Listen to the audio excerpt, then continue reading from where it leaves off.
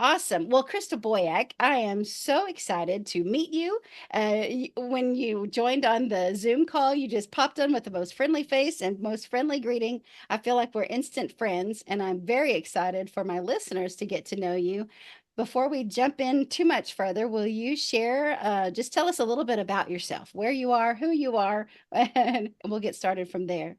Sure thing, Shelly. I'm so excited to be here. I love listening to your podcast. Such a gem for our community. Thank you for what you do.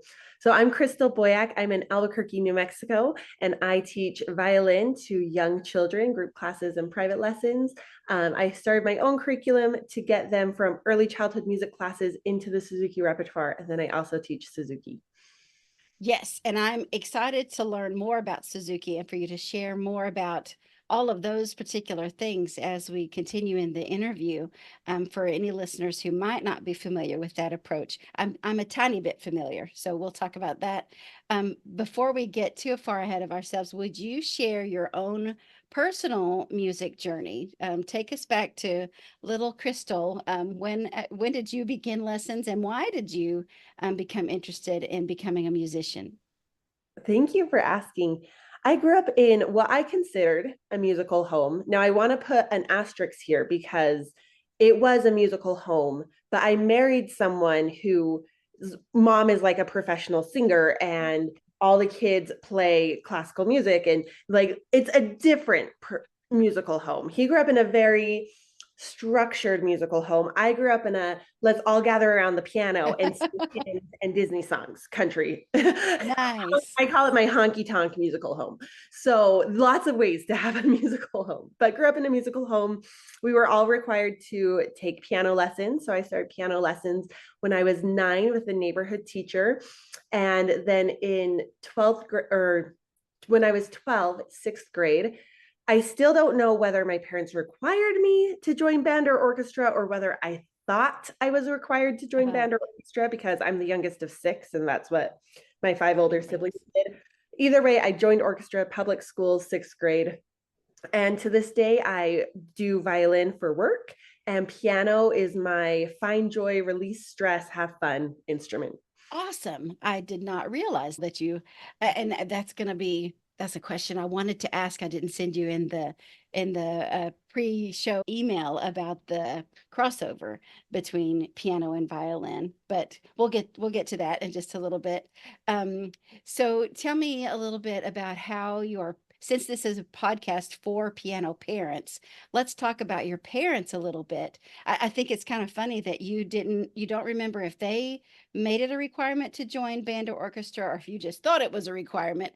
I think that's a funny thing. Sometimes our kids have expectations that they think we have placed on them, and we just sort of, okay, go along with it. I'm not going to stop you from doing that awesome thing. How were your parents influential in your success as a musician? My parents are rock stars. I have amazing, amazing parents. So, first of all, my dad, who was the working parent and traveling, so not home as frequently as my mom, he loved hearing us play. He came to every single recital. If we were practicing, he would just sit and listen. And one time when I was an adult, I asked him, like, Dad, our house was really loud. There was like the trombone and the French horn and the clarinet and the piano, like all going at the same time. And it wasn't necessarily in tune and it wasn't necessarily together. Like, how did you handle that? And he said, in the most sincere, genuine, honest way, Crystal, I love hearing my kids play. It brings me so much joy to watch my kids make music and build any of their talents. And so I had my dad who just was the back parent, but just loved watching it. And then my mom, who was the primary caregiver working full time at home, she always paid on time. Like I always brought a check the first lesson of the month. And I'm pretty sure my adult brain looking back at it, she always gave a really big tip to my teacher. Ah, Because my teacher would always look at the check and be like, I told your mom she didn't have to. Tell her thank you. And kid me had no idea what was going on. But adult me, I'm like, I think I know what was going on. So she always right. took time. Anytime we needed to buy a book, we were immediately went into town. It was a half hour drive to town. We got the book. Um, they always drove me to lessons, always drove me to youth symphony, which youth symphony was like an hour and a half away to Salt Lake. We lived in northern Utah, and every Saturday they'd be driving me. And then one time my mom mentioned, Crystal, Julie, who's my violin teacher, my piano teacher, really wants one of her students to play Clair de Lune. And I think you could be the one to do it. And she bought me the Clair de Lune music and put it on the piano. And so when we moved to another town and I knew I was going to stop doing lessons with her, I worked and worked and worked and worked on Clair de Lune so that I could be the student to give that gift to my teacher. And that was because my mom wanted to give that gift to the teacher. And still to this day, Clair de Lune is my stress relief, my fun, I need an escape. That's the piece I pull out. Yes. I love how your mom was so smart, whether she was sincere, really wanting a gift for your teacher, or whether she knew this was kind of a backdoor way to get you on board. I think that's really, really smart. And I love that your parents recognized music as a gift rather than a chore. And for anybody else, the untrained father ears, that might have just been a cacophony of noise, but for your dad, that was the sound of his family, his children. And I also love the different angle that you mentioned for your mom and how she was supportive with your studies. So many times the communication between parents and teachers can be stressful if they're not communicating well and supporting each other. Then the poor kid sitting on the bench can kind of get the short end of the stick. And for your mom to recognize the value of taking care of a good teacher and then encouraging you to do things as a gift to your teacher, I think that's a really neat perspective. Absolutely. As I was getting to know you, oh, I should mention that Andrea Miller from the Music Studio Startup is the person that connected the two of us together. And we love her and love the work that she's doing with her podcast. And I was so glad when she introduced the two of us. So then when I started researching to get to know you a little bit better, I found your interview with Christine Goodner, who also has a wonderful podcast and has been on my show and invited me on hers. And there were some things that you all talked about that I was like, oh, she needs to say this to my listeners. And that's so good. And some of the things that you mentioned were that, especially with violin, you didn't start as early as the typical student, and that sometimes you felt a little bit behind, that you felt like you had to catch up. And I wonder if you could talk a little bit more about that today. Absolutely. So I went to college and I was around all these kids who were called Suzuki kids, which I didn't really know what that mean, who started when they were 3 and could play anything by ear. And I had to practice and practice and practice. And they were winning the competitions and I couldn't figure out why I wasn't. So yeah, I had this feeling of being behind through college.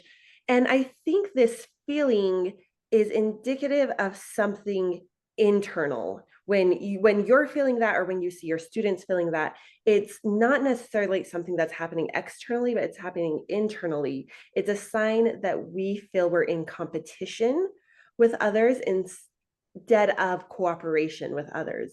And this is dangerous because competition is antithetical to connection and to cooperation. And we really need cooperation because there is no hierarchy really in music. There's no better than, less than. There's just different strengths. So what I was seeing of playing music by ear, I thought was better than me, Right. when really that was just a strength. And I had a strength of reading music. There's strengths of different styles. Some people are really great at classical and need to learn from the pop musicians, and the pop musicians need to learn from the classical musicians. Or techniques. Some people have really great left hand technique. Some people have really great right hand technique. Some people are great practicers. Some people are great performers. And so taking away the competition and turning it into cooperation and taking away the hierarchy and just seeing us as a group of people with different strengths is what's going to build our community. So that feeling of being ahead or behind, it can come externally. Teachers who do like recital orders from least advanced to most advanced. That promotes a feeling of competition, or seatings in orchestra of always having the first chair be the best and always having eighth chair be the worst. Like that all promotes this competition, which isn't healthy to our community. Instead, we can do things like duets or group numbers or group classes or practice partners. All these things promote that cooperation and that collaboration and that connection that diminishes those feelings of being ahead or behind and builds that community stronger. I love that so much. I had my own feelings of inadequacy whenever I was coming up. My father is a retired pastor, and so church music was very important in our family. And that's what he told my teachers. I want her to learn how to play hymns and embellish hymns and be able to support a congregation and all of those things. So I learned Claire de Lune a little bit. I didn't really study it all that much. My last teacher said, okay, I'll give you a few hymns, but you got to give me some classical repertoire too. So we had a good compromise. But for years, I felt like my music wasn't quality, or my education didn't measure up to someone else. And over the years, and with experience and recognizing exactly what you said, that in music there shouldn't be any competition. It should be collaboration. And what is a weakness that I perceive in myself, someone else might feel what I'm able to do is something that they don't measure up with, and we all have something to share. And I think that's an important word for parents to hear, because I feel like sometimes parents, we internalize, or we feel responsible for our children's success, and we see what other children are doing and we feel like, oh, my kid needs to measure up, and we put extra pressure on our own children that shouldn't be there. Can you talk just a little bit more about how parents can let go of that feeling of trying to keep up with the other kids? Oh, that's such a good question. I mean, this could be a whole podcast. This could be a whole book. But Yes. just like Smalley, I think it's important to recognize that we are not our kids, that Hmm. we are, I am Crystal and my daughter is Rachel, and I actually cannot control her. She gets to make her own decisions, and I provide the environment. So I Yes. provide an environment of working hard. Provide an environment of appreciating music, but it's her choice whether to do that or not. And I have to respect that choice. That I cannot force that. I get to respect her, but I can model that. I can do my own things that are hard. I can do my own things that build my talents. And I can take ownership of the feelings I have for keeping up or being the best person I can be. And my child can learn from that. But I cannot, and it would be unhealthy to put that expectation on another person that I don't have control over. Absolutely. So parents, if you're listening, take a deep breath, let it go, give yourself grace. Don't put that extra pressure on yourself as a parent, and certainly don't let it trickle down to your kids as they're learning to play great music, whatever that music is, whatever instrument they're playing. Yes, and parents, I'm there too. I'm a parent of kids and it's hard. So just know it's hard. We're all in it together. Yes, I'm glad we're here together. Yay. So will you talk a little bit more about the Suzuki philosophy? How is that different from traditional teaching, or what makes Suzuki unique? And let's go that direction. Oh, so great. So Suzuki is this really big word that has a lot of meanings in different circles and a lot of feelings in different circles. So I think it's important to start with like Shinichi Suzuki was a human being. He was a Japanese human being. I mentioned that he was Japanese because he had this completely war-torn country Mm, post World War II, and he started um, building music education as a way to heal his war-torn country. And he believed that the beauty that comes from music and musical people can heal the war-torn world of post World War II. So Shinichi Suzuki, the person, developed the Suzuki philosophy, as well as the Suzuki repertoire. So let me tell you my story my introduction to Suzuki as a way to talk about his philosophy. So I was in college studying music education, and there was a guest lecturer who came in to talk about like the business of running a studio, and she just mentioned offhand that she has her parents read this book called Nurtured by Love by Shinichi Suzuki. And so I went to the library and checked out this book, Nurtured by Love, and my whole world was turned upside down. This was a man who truly believed in young kids' ability to make great music.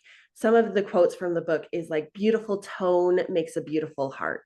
Mm. He talks about where love is deep, much can be accomplished.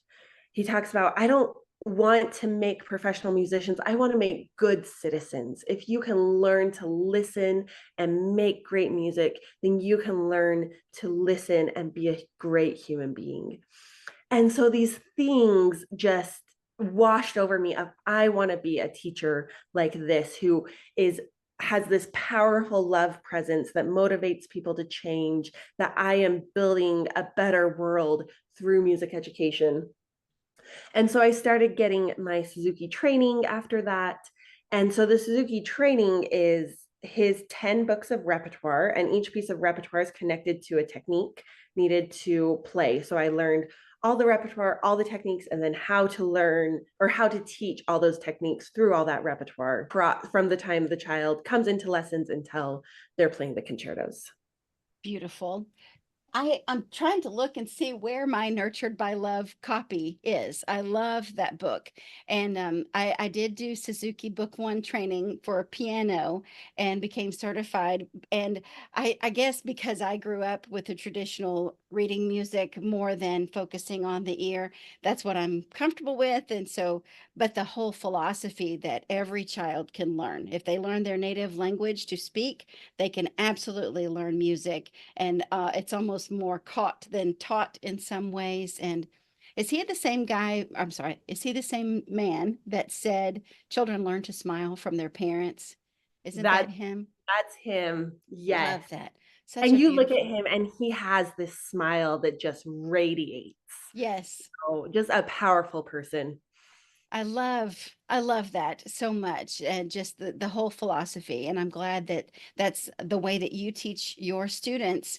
And I wonder, um, as a specialist in early childhood violin pedagogy, how or what do you wish teachers of young children knew? And actually, if we can also kind of piggyback on that, what do you wish parents of young children knew? Oh, yeah, great question. I would say use music that kids love, first of all. So I would say three things. One is use music that kids love. So as a parent, look at the music of your culture. Sing that to your child. Give that connections to your child. Sing in the shower, sing in the kitchen, sing in the car, sing lullabies, and let them develop that love for this great music in our society. And so for teachers, teach music that kids love. For parents, use that music in the home that kids love. The second thing I would say is sing and move as a Mhm. family. So this music that you love, sing in the kitchen, sing in the shower. I'll share a story in part two of this of me having a really hard time practicing with my 3-year-old daughter, and our relationship just being so strained. And one day I was singing and dancing in the kitchen, and she came and started singing and dancing with me, and then it was like a full-on singing dance party. And it was through this singing and movement that our relationship was healed, and there was this beauty and there was this connection through the music. Also, just totally selfishly, as a teacher, the more you sing and move, the better they're going to be able to play on the instrument. If they Yes. can just sing in tune, for the violin, they're going to play in tune. If they can move in time, they're going to play in time. And it makes our job as a teacher a lot easier if they already can have that what we call basic music competence in the field of singing in tune and moving in time, because then lessons are just about the instrument and we don't have to teach our child about music. So selfishly it helps us, but it also brings that healing beauty and connection that we want. Do you And have Oh, Go I'm ahead. sorry. Do you have some, I mean, you said singing and dancing. I would imagine just clapping to the beat and feeling the beat, nodding your head when you're driving down the road, just keeping time with the music. Any other practical applications of helping children get that innate feeling of pulse and pitch? Oh, absolutely. I mean, you can be so silly with this, jump, kick, stomp, waltz, bounce, stretch, sway, skate. um, anything you want. Scratch your arms like a monkey, or jump like an elephant, or swing your ears like an elephant. Yes, Of just having that joyful playing through music. beautiful. And I interrupted you. You were going to go on to another point. Let's keep going. Oh, I was just gonna say the third thing I would love, teachers of young kids to know is make sure the techniques you're teaching are appropriate. A curriculum designed for adults with adult cognitive and physical skills are not going to be appropriate for a 3-year-old. And so I developed a book of, appropriate technique for young kids. If you're a violinist, I recommend you looking into that. But if you're a pianist, there's other young child specific books that can help with that child. So make sure you're using developmentally appropriate techniques and repertoire. Absolutely. Such a good word. Beautiful. And since we're talking and really giving our attention to parents today, it's so good for them to be listening to music and enjoying music at home. And you don't have to know how to play an instrument. You don't have to have the best singing voice, but just your children idolize you. You are their favorite people. And so this is an opportunity to share something that both of you can enjoy. And it's a great preparatory to just be making music together or listening to music together. And I love what you said, so that when they go to lessons, it can be about making music on that instrument, not just learning music from the very beginning, because you've already given them such a head start. That's so good. Do you mind telling us a little bit more about your books? Oh, absolutely. So the piano world is so ahead of the violin world. Sorry, violin world. In the piano world, you have level one in a lot of repertoires, but then you also have this primer book for really young kids in most repertoire. Right. And so if you're starting a really young kid, you can start in the primer and then to move to level one. Well, in the violin world, there are not primer books. There is only level one. And the Suzuki repertoire is just one example of it starts with level one. And I mean, if you imagine a pianist, a young 3-year-old at the piano needing something before level one, that's tenfold what a violinist needs, because the violin, you're holding it outside the mid range of motion. You have a separate thing going on in your left hand and your right hand. You don't have keys. You have to be exactly in tune. Like, just Right. so many more things a 3-year-old has to learn before they can play level one music. And so there's like these traditions in our field of different made up songs to get from the first lesson to level one, but none of them had great melodies. None of them had harmonies. None of them existed outside our little circle. And so what I did is I collected music from all throughout the world that can be adapted to teach the techniques of the first lesson to Twinkle, and I put them in a book. So my book's called Wee Violin, Wee WEE meaning little kids, but also we as in the community that it takes Yes. to build a young musician. And it's 33 songs to get you from that first lesson to level one. It's the primer for level one. Yes. And you also have developed others, right? We cello and we viola, is that right? Yeah, yeah. So We Cello and We Viola just came out. And then I have a teacher training course for any teachers who want to know exactly what it's like to get from that first lesson to Twinkle. I have an online course that goes step by step, everything you need to know from that first lesson to book one. Awesome. Well, go ahead if you don't mind. I'll include that in the show notes, but I'm sure that we've got listeners here who would love to learn more about the books and the course, and maybe even connect with you. What is your website? Crystal Boyette Tell me. Absolutely. I love connecting with people. That is my favorite thing to do. So please reach out to me. My website, crystalboyackmusicstudio.com. And that's where you can go to learn more about Wee Violin, Wee Viola, Wee Cello. And then I'm also on Instagram at Crystal Boyack Music Studio. Awesome. Well, I appreciate so much you hopping on the call with me today, Crystal. It's been so nice getting to know you. And this is just part one of a two-part interview. As soon as we're done here, and for listeners, next week we'll be releasing the parent side of Crystal's conversation because she is the parent of four children. Is that right? Mhm. Okay, we'll be learning more about that. But as we close off this side of your where you're wearing your teacher hat for your interview, is there one last word that you would have to share um, uh, before we close out this conversation? Sure thing. This is something I've been talking to different teachers about of their feelings of inadequacy because they're not a great performer. Mm, And this feeling of I can't be a great teacher because I'm not a great performer.